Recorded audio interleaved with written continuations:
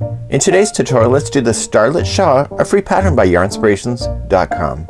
Welcome back to the Crochet Crowd as well as Yarnspirations.com. I'm your host Mikey. Today we're going to work on the Starlette Shawl, and this is like a corner to corner.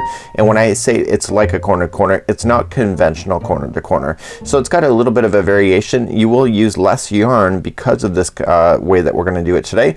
And really what it is here, that she's wearing a beautiful shawl like so, and it's actually a corner to corner concept. So we're going to start right on the back of her body right here and work our way, getting bigger like wings of an angel. So let's take a look closer at these instructions and then let's get started. So here's the pattern. It's just only 4 rows and it's a repeat of once you understand this pattern, and it gets bigger and bigger as you go. So you start off at the point of the back of the shawl and you get bigger, and then we're just gonna get bigger. Now a lot of people are hung up in these instructions right here. Can I be honest with you? I was as well, and it took me a few times to be able to do it before I understood exactly. I was getting hung up on the terminology, and I think a lot of people online are also getting hung up on that as well. So today I'm gonna take the mystery out of that, and we're gonna need a 5.5 millimeter crochet hook size I in order to play today. Let's take a look closer at the yarn and let's get started. Today's yarn of choice is Bernat Satin Sparkle. You need 6 balls of this yarn. This has the sparkle without the scratch. That's what we're going to be using today, and I'm going to be using the color olive oil within today's tutorial. So let's create a slip knot. Just make sure you have a longer tail so that you can use a darning needle to hide that in later.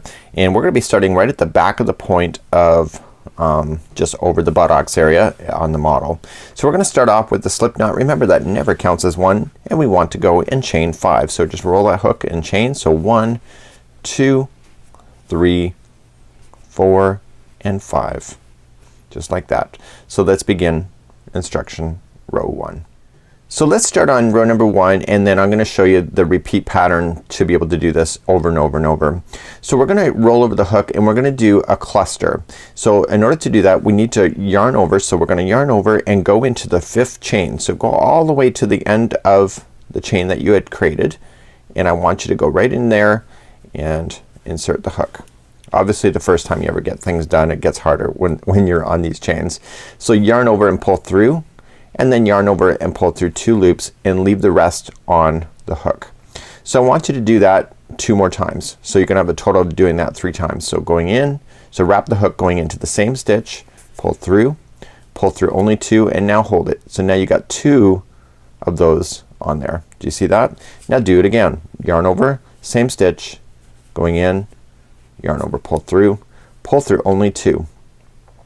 So in this whole pattern what we're going to be doing is clusters, and these 3 make up a cluster. So this one is kind of a starting one that you don't really include, but it's part of it. So you're gonna yarn over and pull through all 4 of your loops just like that. But we're not done. We have to then begin to chain 2. So whenever we finish a row, so because this is right at the corner, we're always going to chain 2 after the last cluster. So 1 and 2. And what it's asking you to do is 1 double crochet right into that same chain where you put the cluster. So yarn over and going into that same one, and then just do a double crochet. And that's what it kind of looks like at this point. So you can see that you started off with chain 5, you put your clusters into the little chain here, and then you did chain 2 and then a double crochet all within this chain 5. That's row number 1. Let's turn our work and go for row number 2. So let's turn and let's start. So from here on in, each row is identical to each other, and I'll take you to the 4th row just to prove that to you. And what we're gonna do is that we're going to begin each row with chaining of 4. So 1, 2, 3, and 4 like that.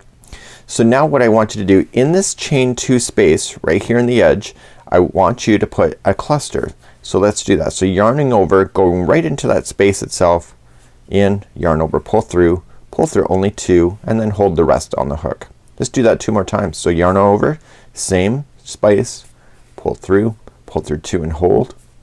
Do it again, yarn over, go in the same space, pull through 2 and hold. You now have 4 loops on your hook, so you can see the 3 that are part of the cluster. So you're yarning over and pulling through all 4 loops. Now because you're not on an end, so every time you're in the middle section of a row, so it's only on the end that you chain 2, everywhere else it's only chain 1. Like that. So now see the space right here? That's where you're gonna play next. Okay? So just going into that same space right where I'm holding, and I want you to single crochet and I want you to start another cluster. So to start another cluster, you're going to chain 3, 1, 2 and 3. We only chain 4 when we start an edge, just like this. At any other time to do a cluster, you chain 3. Into that same space I need you to cluster once again. So yarning over, going in, pull through 2 and hold. Okay, yarning over, going in, pull through 2 and hold, and then yarning over, going in, pull through 2 and hold. There's your 4 loops once again, yarning over, pulling through all 4. Now this is the end of your row, so you're going to chain 2 and look, you're gonna double crochet right into that same space. Okay, and then you're done the row just like that.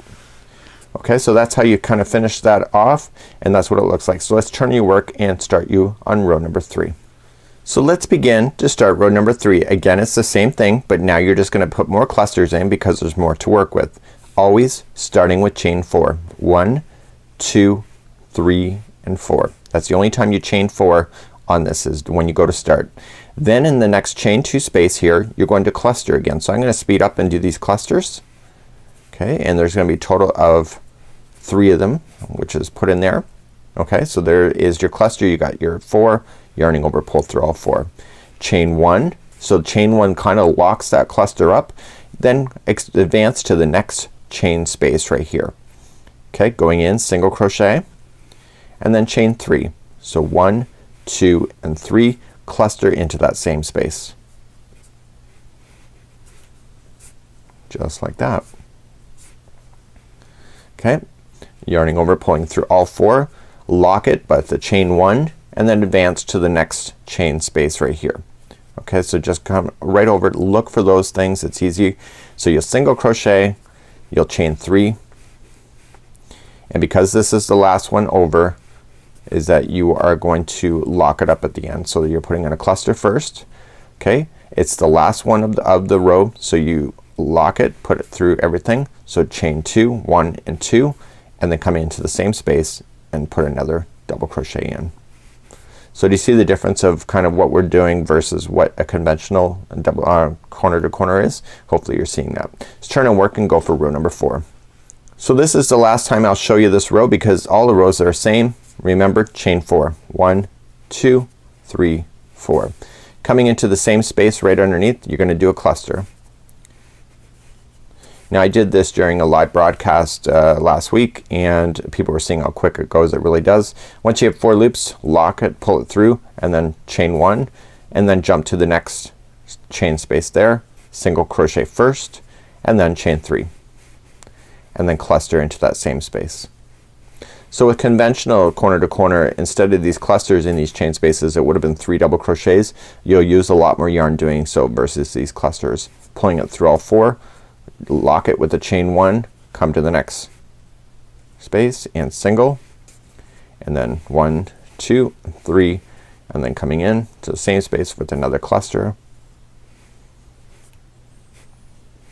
Okay, pulling it through all 4, chain 1 to lock it, and then you just continue then to the next one, which is the final, coming in, single crochet, chain 3,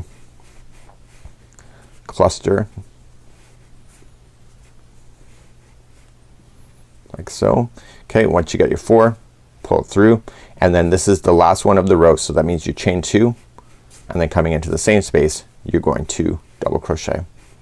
So this is how you do it, and for this particular pattern here, what happens is that you're gonna continue this. You'll use all 6 balls, and you will have a total of 61 clusters at the end. So it'd be 1, 2, 3 and 4. I'm currently at 4. You go all the way to 61, but you can stop, of course, if you want to make it bigger or smaller. If you're gonna make it bigger than the pattern, you will need more balls of yarn, and that's something that I can leave in your hands. So until next time, I'm Mikey on behalf of the Yarnspirations as well as the crochetcrowd.com. This is how to do the Starlette Shawl, and it's really fabulous. We'll see you again real soon. Bye bye.